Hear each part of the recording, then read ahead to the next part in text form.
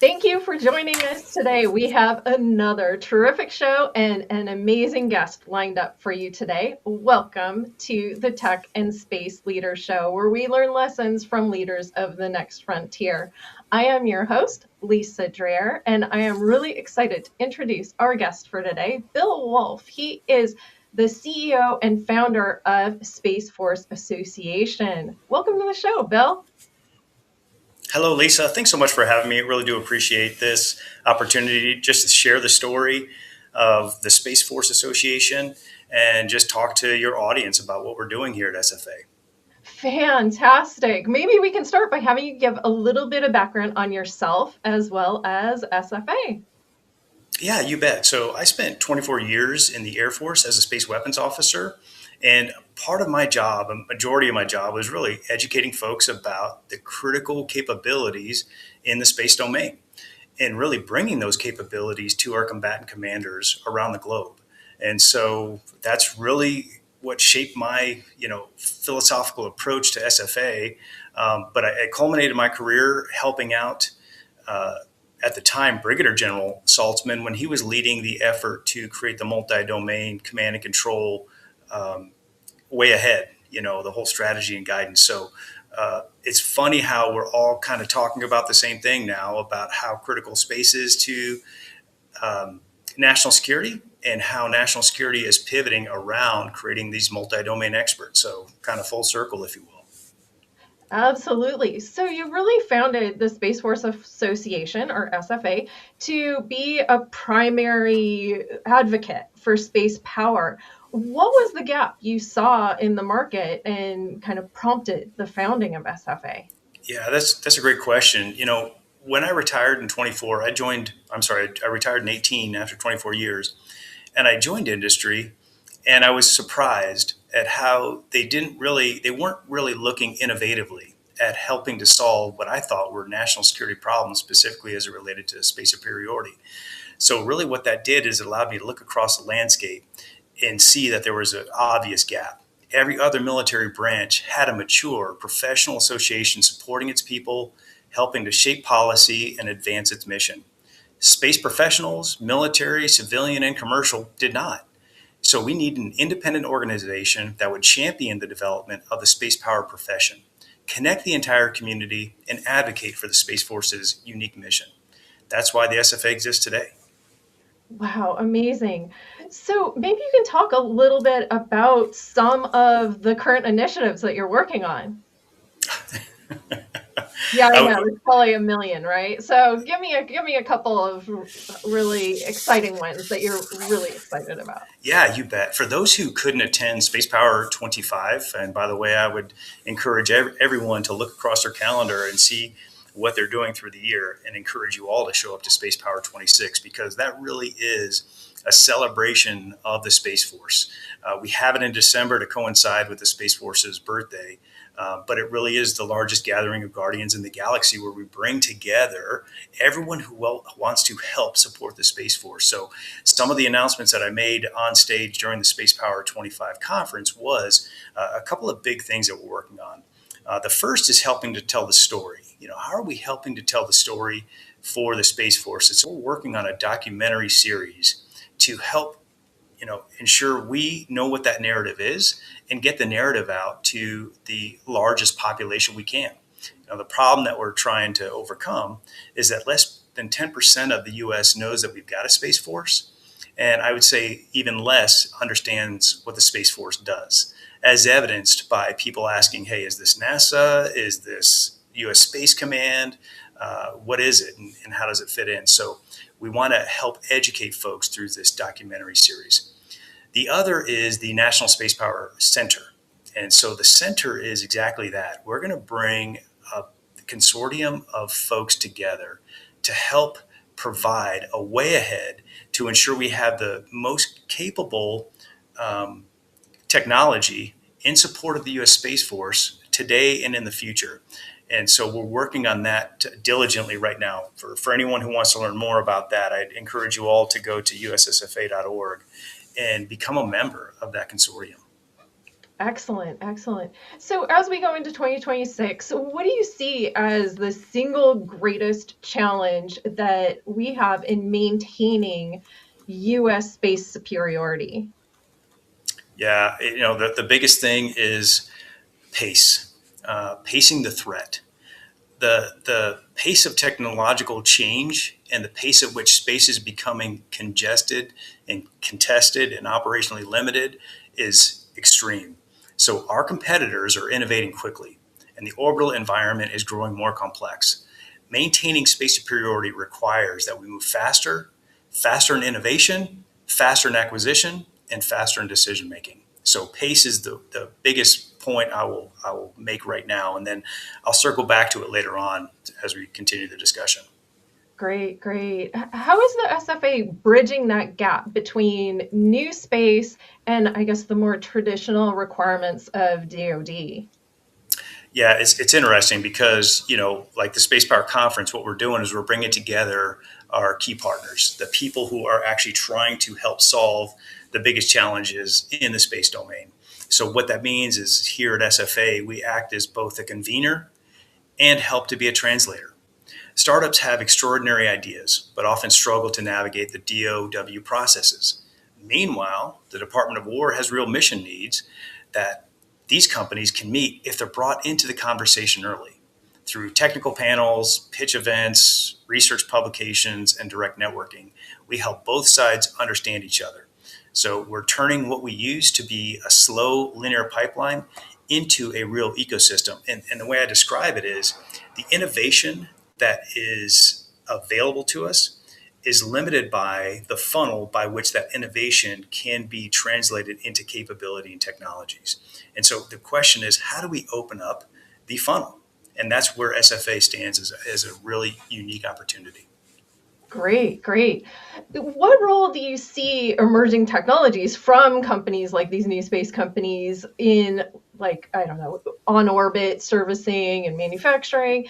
How do you see this playing into the resilience of our overall space architecture? Yeah, you hear the CSO talk about this on a regular basis. And so we'll just emphasize points that he's made, which is these capabilities will fundamentally reshape resilience. On orbit servicing, refueling, and assembly are going to allow us to move away from the single use satellite that we've been traditionally used to towards persistent, upgradable platforms. Imagine an architecture that you can maintain, repair, and enhance while it's on orbit. That's the future, and it's much more survivable. Yeah, absolutely. With Space Force being, I guess, the newest branch of our military, how is SFA helping to, I guess, build a unique culture and identity for the guardians of the galaxy? That's right. We talk about that, and we joke about it a little bit, but it's true. It's funny. I've got this new idea. I want to create a shirt that says "They're real" on the front, and then on the back it says "Space Force Guardians." Ask me or go to this website to find out more because there aren't a lot of Space Force bases, which means there aren't a lot of Guardians in uniform. In fact, we have way too few Guardians for the congressionally mandated mission the Space Force has, which is to ensure freedom of action in the domain. So we're constantly advocating to ensure that we get the personnel, the Space Force gets the personnel it needs to do its job. But culture, it's not inherited, it's built. So we support Guardian culture through professional development programs, whether it's Guardians helping to lead SFA chapters across the nation, which they are, whether it's Guardians helping to create curriculum to help educate folks who aren't able to join the Space Force, because that's really one of our biggest missions is to engage in the local community where Guardians aren't present and educate the local communities about what the Space Force does, which again is a very critical mission. And it's not that people don't admire the Space Force. There are just not enough people to educate the local community about what the Space Force does. So we're going to Right. work on developing those programs tailored to space warfighting. And that's a nomenclature that we've got to get used to. We've been fighting wars in the space domain, but we've not talked about fighting wars in the space domain. But it's now time to start talking about that and that warfighting ethos needed. And so we're connecting Guardians with mentors across industry and academia. And by elevating Guardian accomplishments to the public, we're helping establish a professional identity rooted in innovation, technical excellence, and strategic thinking. Excellent, excellent. With the rapid expansion of satellite constellations, commercial satellite constellations, how do you think we can better coordinate between private industry and our national security mandates? Yeah, coordination begins with shared situational awareness. And that's what I'm doing. It's funny what I'm doing right now. I'm coming to you live from the Arizona Space Institute at the University of Arizona campus, Wow. where I'm just going around asking people how they fit into this ecosystem and helping them to figure out how they can fit into the ecosystem. And so commercial operators and national security space assets often fly in the same neighborhoods. And that's the reality of the situation. We need clear communication channels, transparent traffic management, and industry adoption of secure by design practices. When government and industry collaborate early, we avoid conflict and improve resilience for everyone, which is really the fundamental basis for the concept of this National Space Power Center. It is a hub by which all of these folks can connect, and we can help to clarify what I'm calling the capability matrix of those centers that are doing some phenomenal work, the corporations that are doing some phenomenal work, to ensure that that technology is delivered to either set up for a commercial model, delivered to the civil sector, or delivered to the Space Force. And so we're going to see these lines start to blur between those three sectors. That sounds amazing. So, how do you work across international? Well, yes, there's not really space borders, right? But international space organizations. Great question. And there's a lot of organizations out there. And what's really interesting in the last 6 years, just seeing all the countries that want to get engaged. Back to our problem with the acquisition and innovation funnel, I think we have the same problem in the international community where everyone wants to get involved, but they just don't know how. And so what we've done is we've worked with leaders at the Space Force to figure out how our international engagement strategy can synchronize with theirs. And then ironically, on the international side, we've had folks reaching out from various countries saying, hey, based on the president's new executive order, our country wants to get more involved in space. Can you help us host a space innovation summit? So more to follow on that. But yeah, we have countries all over the world, partner and allied countries, that are really interested in learning more about how their ecosystem can flourish based on this new need to engage in the space domain to ensure freedom of action in the domain. Right, right. I want to go back to something that you were kind of talking about earlier, which is just kind of the fact that the general public doesn't seem to know about the Space Force. And so, what do you think are some of the most common misconceptions of our United States Space Force, I guess, beyond maybe not even knowing that it exists? Yeah, it's funny because what you'll see is you'll see branding for NASA. I mean, kids are wearing T-shirts that say NASA on them. Kids Yeah. have patches on their backpacks that have NASA on them. And so the biggest misconception right out of the gate is the Space Force exists for exploration or scientific missions. That's NASA's domain. That's not what the Yeah. Space Force does. NASA is exploration. The Space Force, which not many people understand, ensures freedom of action in the domain so that we can do not just exploration, but help grow a future space economy that continues to evolve and expand. And that's the biggest challenge is, you can talk about, war fighting in space. Yeah, the reality is Guardians are war fighting in space. And also, they're ensuring a future economy that makes sense in the space domain. Every economy is underpinned by a strong national security apparatus. I mean, that's what the Navy does for our sea lines of communication and shipping lines of effort. I mean, you've got huge shipping lanes that are open because the Navy does its job to ensure freedom of action in the maritime domain. Same is true for the space domain. We can't have a strong space economy without a strong space force. Yeah. From a leadership perspective, obviously you are coming, when you started SFA, you were coming out of a very distinguished military career. What was sort of the mind shift you had to make to move into nonprofit founding? Yeah, it's an interesting one because the military, there's a very specific way the military acts, and that's by design. Uh-oh, lights are turning off in here. I apologize. Can you still see me okay, Lisa? You're kind of in the dark, but Hold on one second.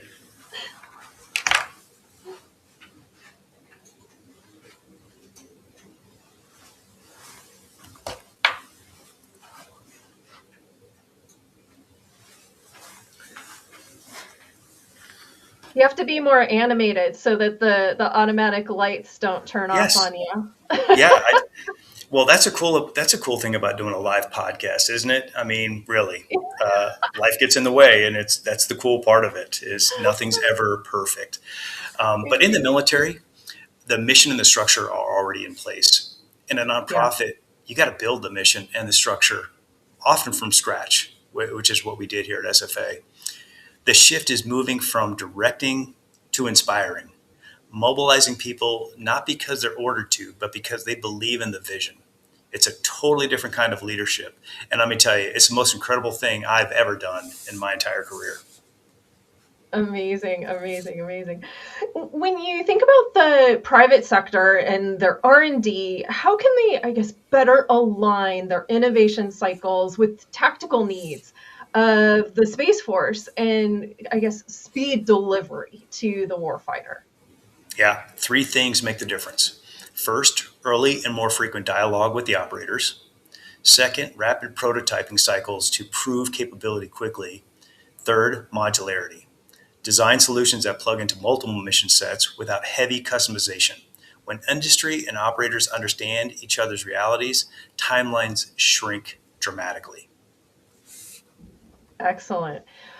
So, looking into the next decade, what does success look like for the SFA? Yeah, success means the Space Force is the most capable and forward leaning branch of our military. The SFA will be recognized globally as a premier advocate for space power. That includes elevating the profession, building a powerful industry military academic ecosystem, and ensuring Guardians have the support they need to thrive.